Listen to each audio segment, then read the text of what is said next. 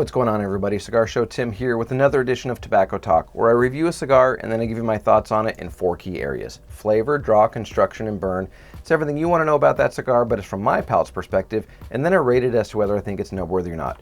So the cigar for this review comes from Espinosa Cigars. This cigar is in its 9th iteration, and it's one that I look forward to every year because it is in a different vitola every year.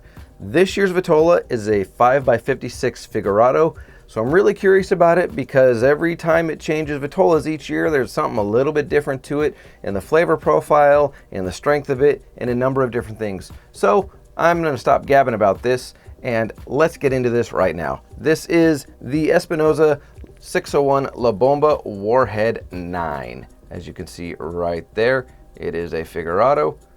So we can stare at it and talk about it all day, or we can get to reviewing it. If we're going to review it, there's only one thing left to do. Let's light it up.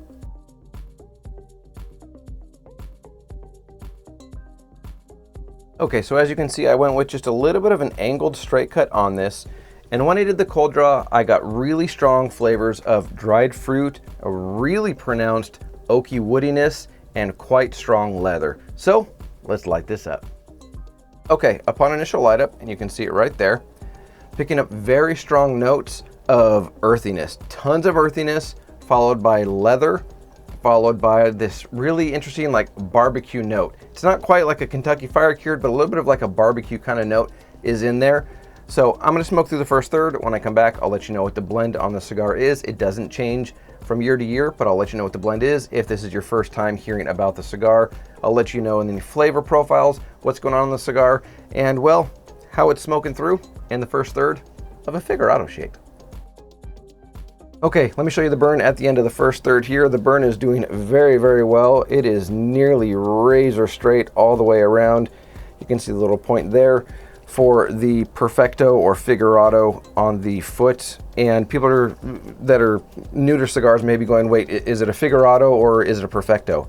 So most people will refer to this as a Perfecto because both ends of the cigar come to a point. But if you have the foot that comes to a point, then it all falls under the umbrella of a Figurado. So you can call it a Perfecto, you can call it a Figurado. Both are interchangeable in this instance, not in all instances.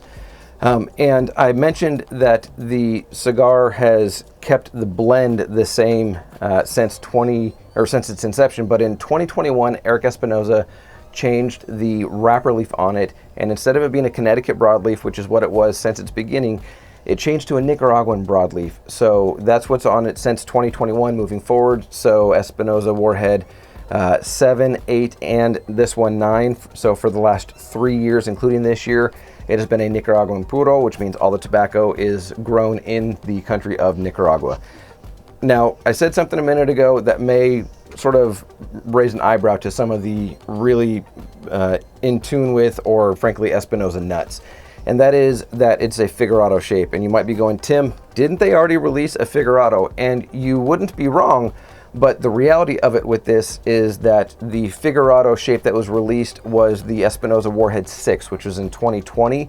And that was a 5x58. This is a 6x56. So it is still a different vitola, different size that is offered. It did not repeat one from a few years back. And if you want to watch sort of a cringeworthy review, you can click right up here. It was when I was in the process of moving and living at my in-laws and new in my channel. And well, yeah, if you want to see what that cigar was like, it was very strong. Go and watch that review. It's quite entertaining, actually. But let's get into the flavor notes of this cigar. So I'm getting very strong earthiness. That is the most prominent flavor note. There is some good strong leather in there as well on the long finish. And there's some white pepper that covers my palate, but when you retrohale, it is more of a black pepper spice. So you got those flavors all playing together, and that barbecue note is still there on the long finish when you retrohale, but it's much more faint than it was upon initial light up.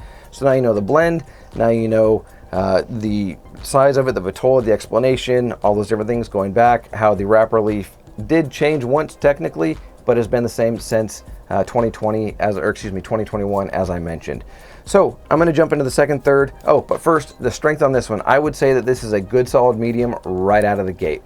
From the get-go, it was right there at a good solid medium. It was a medium minus maybe a hair, and then after a couple draws, it went straight into a medium strength.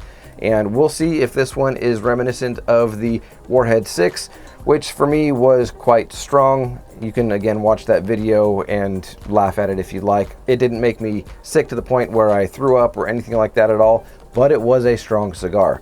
So I'm going to jump into the second third. When I come back, I'll let you know about any flavor transitions, any more information on the cigar that I have, and well, we'll go from there.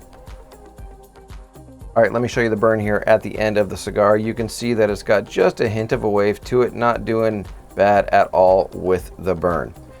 Okay, how many cigars were rolled? How many are out there for you to go and get?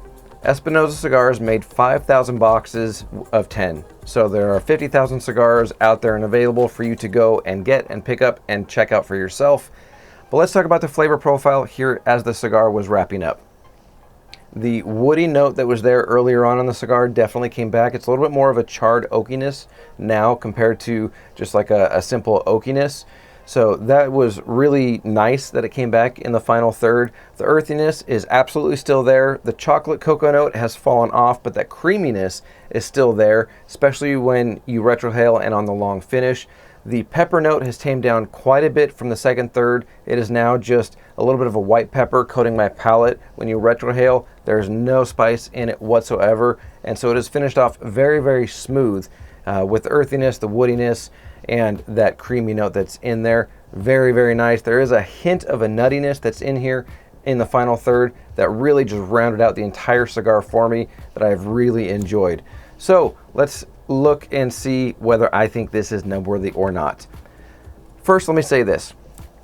Well, for those of you that may not know, all of these cigars are rolled by the AJ Fernandez factory in Ocotal, Nicaragua. So that's where they have been rolled, as far as I'm aware, the entire time that they've been produced. So AJ Fernandez is the one that's rolling them for Espinosa Cigars. But when you look at everything as a whole, is this a nub-worthy cigar to me? I think this is absolutely nub-worthy. The strength on this stayed at that full entry-level point. It's not ramped up to where it's a crazy strong cigar like the Warhead 6 was, but it has stayed at the nice, easy, full range. So if you're a person that doesn't enjoy a crazy strong cigar, I still recommend that you go and check out this cigar because it's not going to be overpowering for you by any means, at least from my own experience. So nub-worthy, definitely you should go and check them out. You just can't go wrong with it. I've enjoyed checking out every single year of the Warhead since I've been doing reviews on my channel, with the exception of last year. I did not get my hands on one of the Warhead 8s, but well, that's just how it goes sometimes. So if you are smoking this right now maybe and you're watching this review and you're going, okay, I'm enjoying it right now with you, Tim, put some comments down below. What are you experiencing? Is it similar to my take on it, similar to my palate, or have you been getting a different experience from me? The draw on this stayed very nice as a cigar, finished off, and has done very, very well.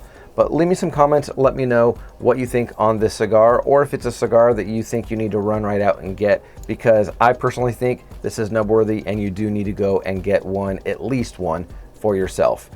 But that's going to do it for this edition of Tobacco Talk. Enjoy your cigar journey, everybody. I'm Cigar Show Tim. As always, I'll see you.